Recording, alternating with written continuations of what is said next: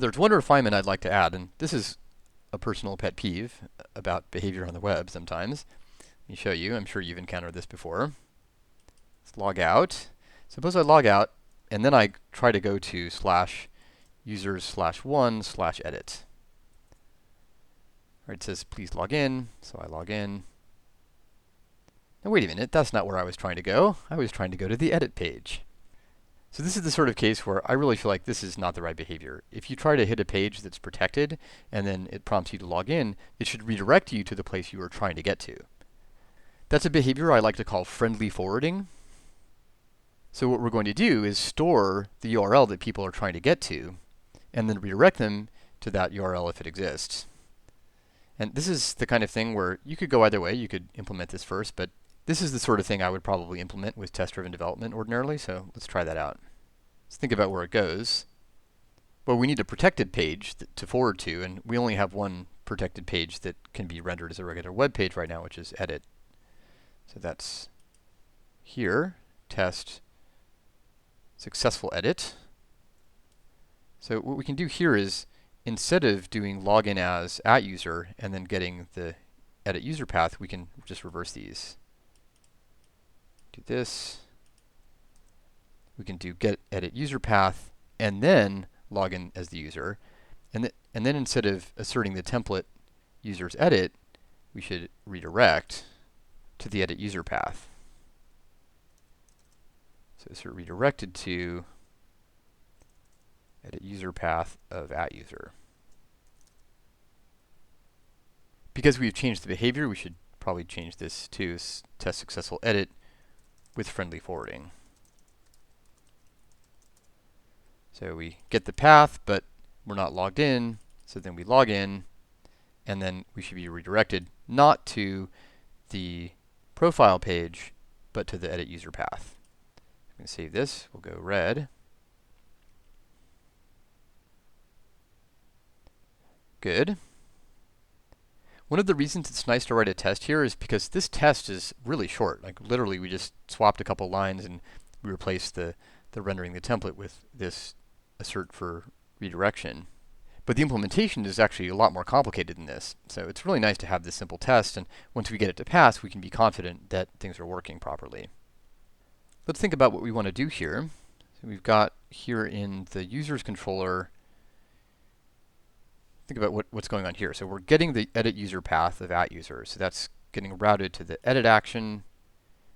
But before it even gets there, it's being filtered by this before filter, logged in user.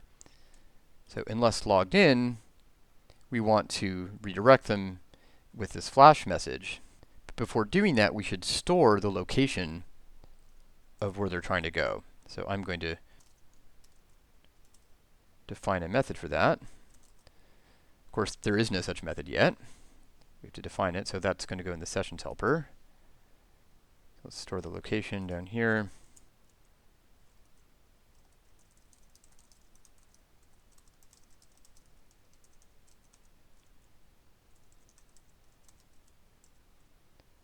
So we want to persist this over potentially many requests, right? Someone might hit the page and then click around a little bit and then try to log in. So we actually want this to persist, at least for a little bit. And we have a way to do that. Remember, that's the way our regular sessions work. So instead of session of user ID, let's put in a session of a different key. Let's just call it the forwarding URL.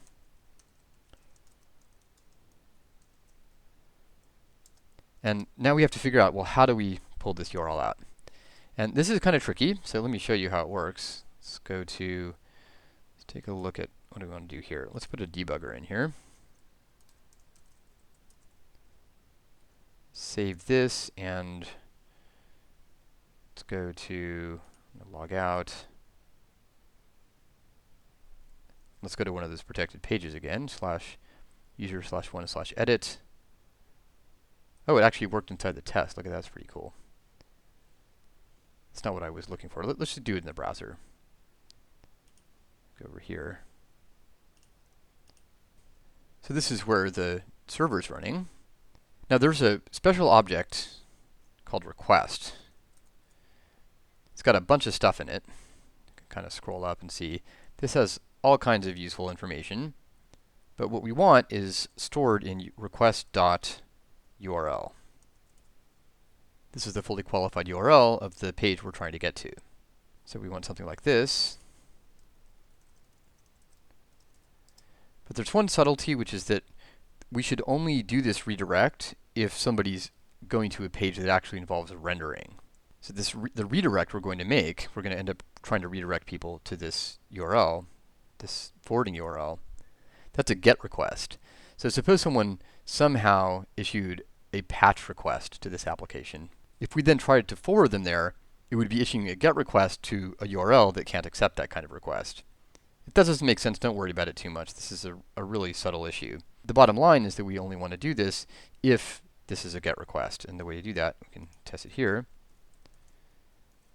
Request.get question mark. There's a Boolean that returns true if this is a GET request. So we can say if request.get. So it stores the location. Get rid of the debugger. Release that, release that.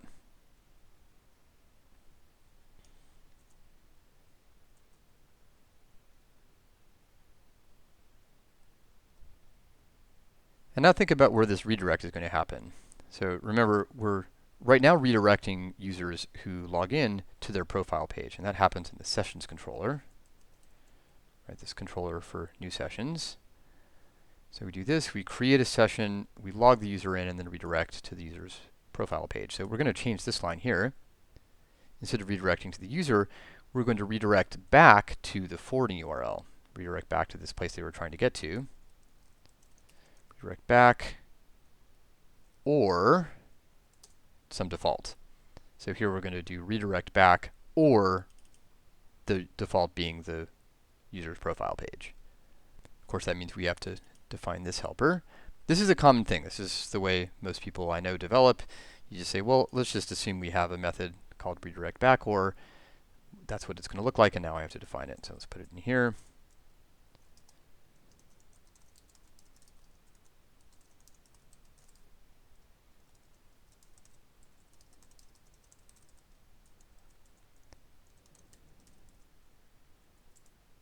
And it takes in a default, which right here is the user. And let's redirect to, use parens here because I'm going to put an or in. We're going to either redirect to this here, the sessions of forwarding URL. But remember, if this key doesn't exist, then this thing will give you nil. It's just like a hash. So we can just put in or the default. But of course, we want to now get rid of this forwarding URL in the session now that we've done the forward, so we should delete the key.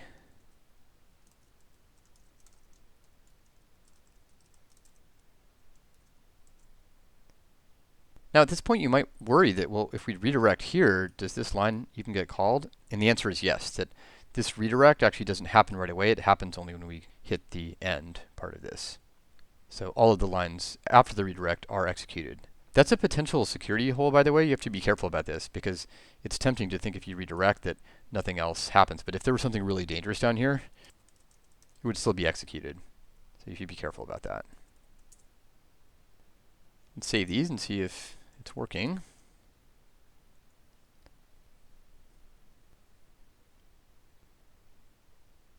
Let's double check, run the whole test suite.